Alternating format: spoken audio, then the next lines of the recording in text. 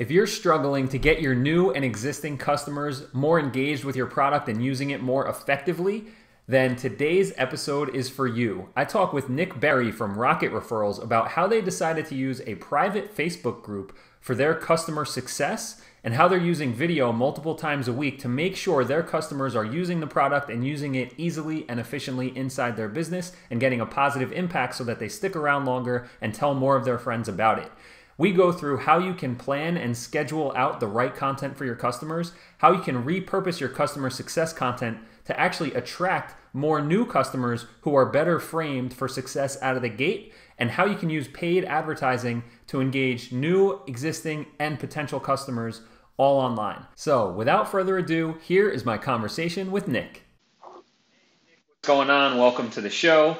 Why don't you just give a little background on kind of who you are and who Rocket Referrals are, and what you guys have going on, so we have some context around what we're talking about here. Okay. Well, I'm Nick Berry. I am the marketing technologist here at Rocket Referrals. And what Rocket Referrals really is a client communications platform. So we automate the things that companies really struggle with. We use NPS to find people who are unhappy. You do follow-ups based on the NPS scores. So if somebody is happy, they're a 9 or a 10, we ask them for testimonials. That leads them down to a review. We do automate things like personalized handwritten cards using our own proprietary technology. And then it's a SaaS product too. So it's mainly, our main customers are independent insurance agencies, but we've got chiropractors and wellness professionals and all kinds of industries using us now. Non-technical customer base using a SaaS product, which is an interesting combination, right? Yes. That makes it even more important and a stronger emphasis on like how you guys handle your customer onboarding and your customer success, right? To make sure that they're using it properly and getting some value out of it, so that they don't just sign up. It's something they pay for 2 months and then they're like, fuck, we're not using this, let me cancel it, and they get rid of it, right? So what is it that you guys do with your customers that really makes it impactful for them out of the gate? Like, I know you're using a Facebook group to get your customers in, right? So talk to me about like what role that Facebook group plays and how the customers like it and interact there. So our Facebook group is for customers only. It's after you become a customer and we've done the sale. Our account managers really push for the people running the account to join Rocket Referrals or Rocket Squad, and also their staff, because insurance agencies are usually multi-people staffs, 10, 12 people and some of the average ones. So we want those people to come in so they can get, and it's our Facebook group. Our intent isn't just to push to use Rocket Referrals more. It's also training and mindset stuff or content to get them in the mindset to change them of how they view referrals. Yeah. So we record a ton of content. We've got an account manager who went to film school, so he does. That's legit. Yeah. And like everybody in the company has multiple roles. Like I'm the marketing technologist, but I fill 10 different jobs. Our account managers, we've got account managers who specialize in technology. We've got account managers who specialize in management systems. And then the account manager who does our video stuff, he went to film school here at Drake University in Des Moines. And he is a great videographer, great photographer.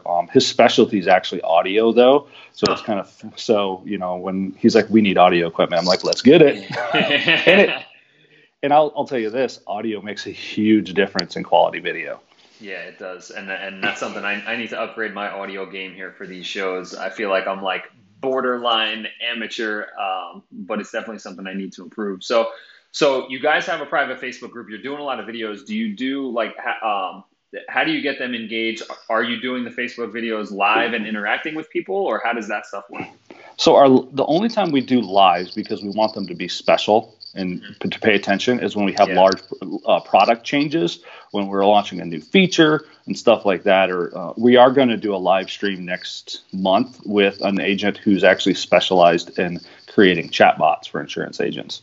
So we'll bring him in to kind of show agents how chatbots will work and how powerful they are. But the lives are pretty rare intentionally.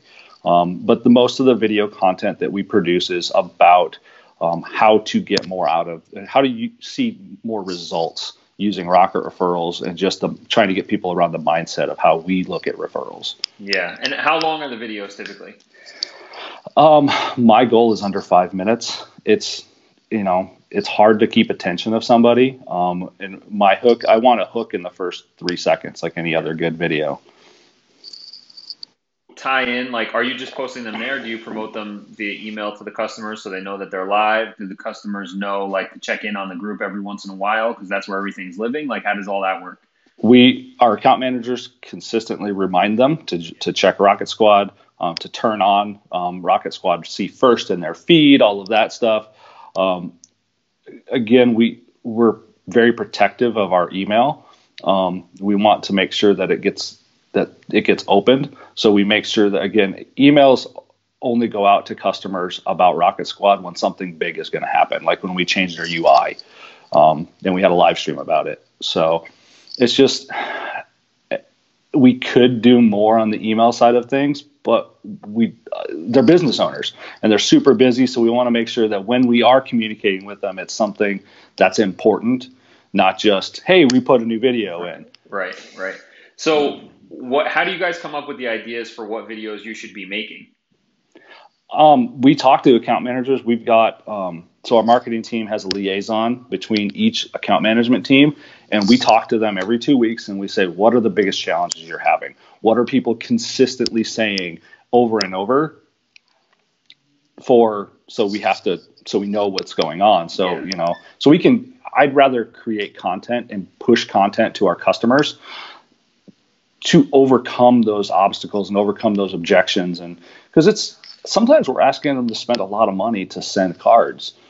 Yeah. We want them to feel that those cards are going to do something and be effective. So we want to create content around that if that's an objection that week. Yeah.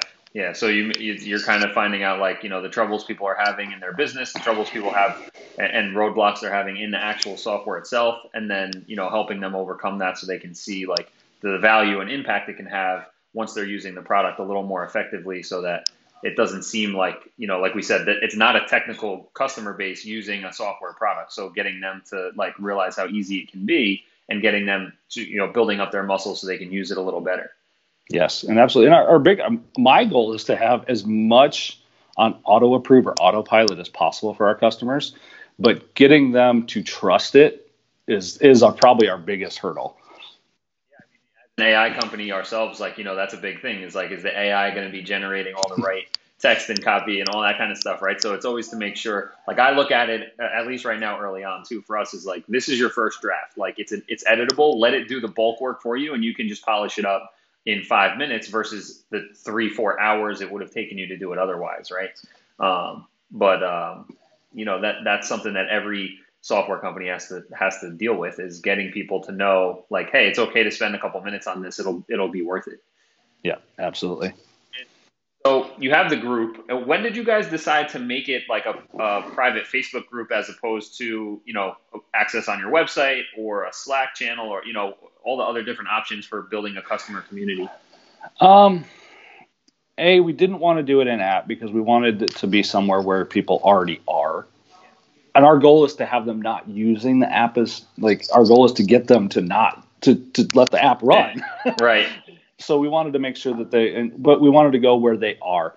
There's 3 billion forums. It's forums still out there and all those, like, I don't want to run another forum. I didn't want to have a Slack channel that we had to maintain because we use Slack internally, but I was like, and then we didn't know what the adoption of things like Slack is, but everybody has a Facebook. That's it, right? Everybody has a Facebook. The adoption, and, like, people who want to build out their own new forum or put the forum into their website, but, like, now people have to remember to go there, and it's not part of their habit. It's not an app on their phone already. Like, they're already checking Facebook every day, right? Even the people who, quote unquote, don't use Facebook are still checking it almost every day. And then, so knowing that they're already there, I think, is huge. But what kind of tips do you have for people, like, if they decide, this sounds like you're right, getting people adopted on a new forum or in the app doesn't make sense, like Facebook sounds like an option. What kind of tips do you have for people who want to maybe transition their people into a Facebook group? What does it take to get started? How do you kind of get people engaged out of the gate so they know to set those see first notifications and all that kind of stuff? Like, how do you get started with a Facebook group for your customers? Really just talk to your customers about it consistently. And like we have, so we're a company that has a marketing team. So we have people like running a Facebook group is part of our marketing team's job. So you have to have and dedicate time to managing it. We use a lot of tools to automate things and batch things. We use Buffer to automate communications, to automate posts. To a certain degree, there's some things that Facebook you can't do with Buffer, but we have dedicated time on our calendars for managing our social media accounts and managing Rocket Squad. Brings up a great question. Like, how much time do you put in the schedule? Like, it's not something that's being randomly done sporadically, so you're not keeping track. You know how long it takes. So how long does it take to successfully do something like this? What can people expect? Up front, it's going to take a little more work, but right now I have an hour a week on my calendar. Our writer has an hour a week for managing all social media posts and content. And then we have a meeting every 2 weeks to talk about what worked, what didn't work. One of the reasons I use Buffer is so I can see better analytics of what's being, how many comments we're getting, how many likes and engagements we're seeing. They have an analytics product Buffer, if you're watching this, let's talk, because the analytics product needs some help.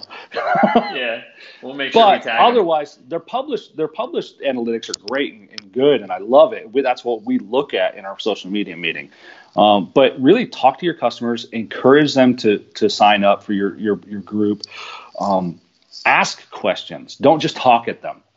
We had a roll call post this morning, and I still get excited because we had like 30 comments on it this morning. I mean, we've got almost 600 members in Rocket Squad, and I'm like, oh yeah, we're getting caught. Because I get that dopamine push. But that's true, and they get it too when they're tagged in something that asks them, right? That's how you can get people engaged and being conversational. Making sure it's not a broadcast, but it's a conversation. It's a dialogue. Yes, and that's what it's social media, not spew media. Exactly. And when it comes to customer success and making sure people are engaged and using the product and learning the product, I get tons of emails from all the software products that I use, and I read the headline, maybe I open and skim the email, and I'm like, all right, if and when I want to learn about that, I'll come back to it. But if it's something that's engaging and it's a conversation, I think, and this is actually something else that's huge for using Facebook, is that the conversation will be popped up in their feed multiple times. So if it turns into something engaging that all the customers are liking, literally and figuratively, and commenting on, that'll pop up and it'll show them, oh, other customers are using this, I should pay attention, and it'll kind of get in front of them a little more and maybe actually get them consuming your content a little more than they would in other channels. Yeah. And one of the things I think we really struggled with early on is we wanted to produce content all the time. And one of the things I came to the realization of is don't be afraid to repeat content. Yeah. Post content multiple times, especially if it's learning, because people may not, if you posted at 10 o'clock in the morning, they may have been in a meeting and may have not seen it. They may have just the notification. If they're like me and have like 1,700 friends, my notification thing is cool, man. Every time I open Facebook, though, I have 9+ notifications on the little bell icon. Yeah. And I'm like, it's buried. I scroll through it real quick to see if it's anything I care about, and then I'm like, whatever. But so they may not have gotten the notification. They may have missed the notification. They may have just not seen the content. Don't be afraid to republish content. And that brings up a good point. So you're creating all this content for your customers to get engaged. You're making these 5-minute videos. How frequently do you make the 5-minute videos? We try to make a couple a week. Some may not. By the time we get done editing and looking at it, we may go, might not. But we also have a file server, and I have a huge repository of videos. So we're huge on repurposing and efficiency, right? So you're creating this stuff for your customers. Where are you using that stuff for your actual marketing to attract new customers? We're posting. We have been posting video first into Rocket Squad and then waiting a little bit, giving Rocket Squad a little priority. But we're changing strategy this month, literally. So we're posting the video to our YouTube channel. We're posting it to if it's short enough, we're posting it to Instagram. We're posting it on our Facebook feed. We're also using it, and I'm using those YouTube videos for YouTube video ads. So driving them to supported content to our leads and our prospects and even our customers. Like our holiday card campaign is about to start, so we're going to start remarketing some of that holiday card related video content we created last year while we ramp up content now for video ads. So talking about next year, how do you plan out? Like how far in advance are you planning, and do you have that stuff scheduled in the calendar to get recorded and published out? We have a content ideas board in our ClickUp, which we switched from another tool to ClickUp earlier this year. We have a content ideas board, and we try to go a quarter out. It's really hard, and we want to make sure that we're staying in front of and sometimes our content, our actual written content, drives what videos we create. So if we change our video or our blog content, our written content, we have to change the strategy for video. So we try to make sure that those match.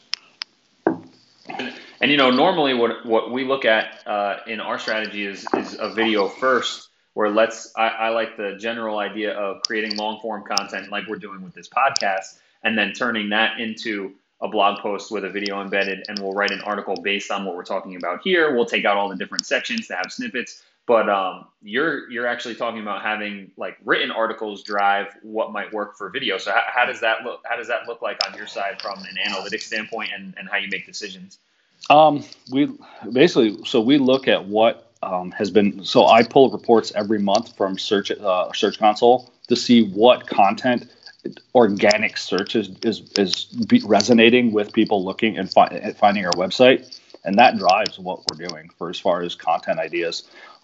We also, again, so the meetings, the liaison meetings we have, that also drives a big chunk of what we're trying to create now, because we want customers, before they find us and before they sign up with us, to have seen or read or heard or listened to content about that objection before they even end up in our sales pipeline. Yes, and that's something that we strive for too. And we started off this conversation talking about customer success for existing customers, but what you're touching on here is actually pre-framing leads and prospects so that they become better customers once they get on board, right? And I mean, I think that's huge and that's key. So that's great that you're taking the content, publishing it out first so that people are seeing it. How do you make sure it's distributed to people that are, visiting your website or enter into your funnel somehow? I remarket everybody. So Facebook remarketing is super easy. They've made the pixel so easy for people to use. I literally figured out how to use Google remarketing yesterday. Literally yesterday. That's great. So we'll be using and adding that to our repertoire for paid marketing. That's great. So you're listening to your customers, solving their problems, creating content that solves their problems so they can use the product better, and then using that same content to pre-frame potential customers once they visit your website, sign up for your email list, all that stuff. So they're all retargeted so that they're getting familiar. And I think that's a great way to start the customer success journey before they even buy the product. And that also is great for, increasing your lifetime value, making sure they get a better impact. And I'm sure, part of your business is getting more referrals out of those people, because they're going to love the process once they get involved. Yeah, that's it. All right, well, we're pushing the 20-minute mark here, Nick. This was a lot of great stuff on, how to create a community for your existing customers, how to use video to get them engaged in using your product, how to come up with ideas, how much time to block and schedule and plan out your stuff, and then how you can use your customer success content to actually attract better customers for your business. So this is all awesome stuff. Thank you so much. Where can people check you guys out and learn more? Just head to rocketreferrals.com. Dig around, look. We have a YouTube channel. It's just search for Rocket Referrals. Facebook's Rocket Referrals. Instagram is Rocket__referrals. Yeah. Every place. Awesome. Well, thank you very much. Thanks, guys, for watching. Check out Nick at rocketreferrals.com.